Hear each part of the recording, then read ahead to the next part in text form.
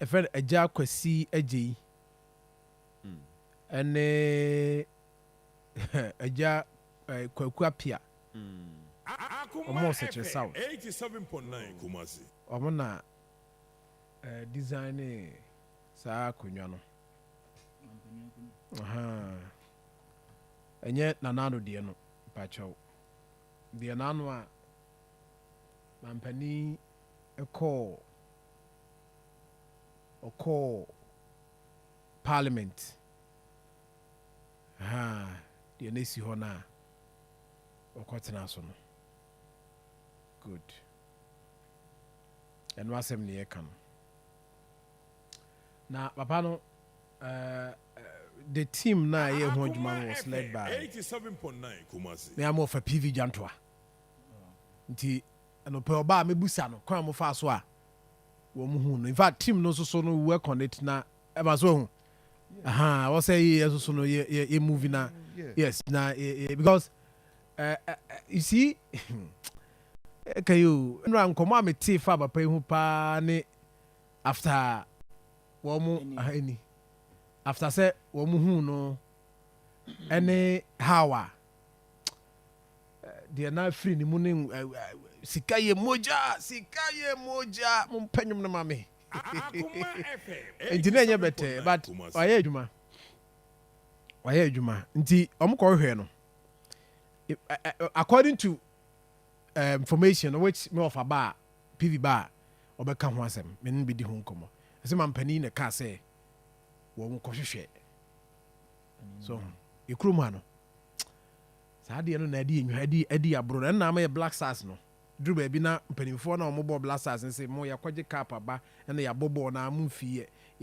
nti duru ba bi na Reverend Seku fi mo kasa say Black Stars na mpanimfo na kan yegu Black Stars so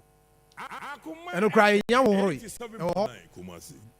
so nti wo ye bibi ma o man na also before so wo be wu no yetimi appreciate what they why no nti Evans mamintio na wo fa kuntunkun so de wo ho wo de be ka ho amame a nyeku can overata woni OSP omo de no ho ubo kuntunkun akai me ayi bi na ma mesre no anyway Sejon say we no friend unsung heroes yes nipa o mabo mo modern Akoma FM 87.9 Kumasi. I appreciate Slay Queens than the PBC. Ghana homo muska pa Slay Queens. Nse empanifo no eye budget na osora no pa no any budget a twa portion bi no dia eno no de beji na entertainment ho na yana Slay Queen for no. Ti omo no omo enjoy chain the PBC. Oshe papa ya I'm so onim I mean me hu picture no first time no number 4 akonya ide bi ehu a see parliament for years Akoma FM 87.9 Kumasi and kai say why cry na nwunu akonya nti team na a lead ye etwen omanpanyi atwen adwen si so yeah. You see, Yanijina, Nipa, around you. A very strong statement, Evans. I like that statement. Yes, on my penny be a benya ni munyamwa, a nipa, a chan hosia. So, sebi, unya, and yansa futra hosia. And also say, you know, my penny so. Evans, Ubetimian yansa your microphone. Ubetimian and yansa futra hosia, and this would be an hour quiet. Saa ohini ya yemmone chem so a 220 utuni for wunti a ekowie echi no akɔwe takrabu a woni tiri a yekohwem na epete no so enti one on my penny should be a listening leader and then nyame na do no so nya nipa a atwa ne ho ahia no sa ko ini papa so de a na kyese wawie kura omo kan obetie otie so de be ye adwuma so enti eye omo timi identify sa papa yi ama enei enyenye kwasa John Akoma FM 87.9 Kumasi me gidi se na ni beje se we hia Ghana mampani ei beboa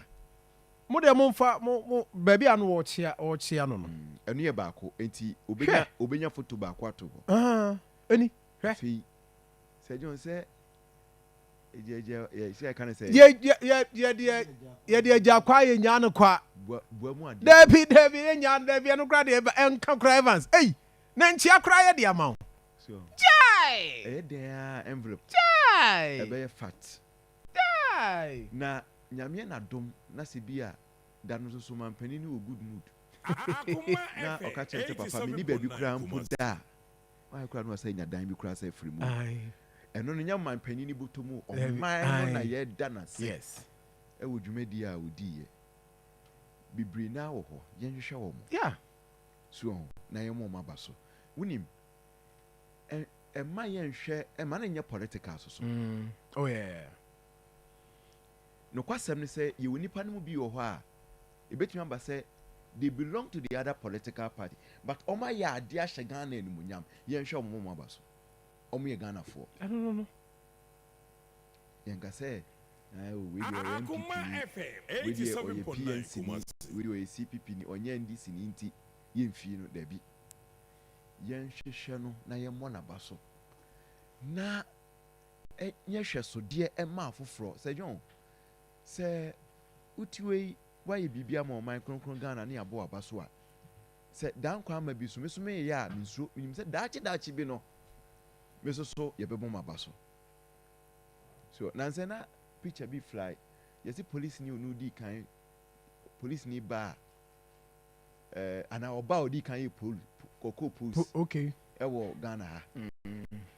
BBC cry ye documentary about her okay se mamenda so tiase dia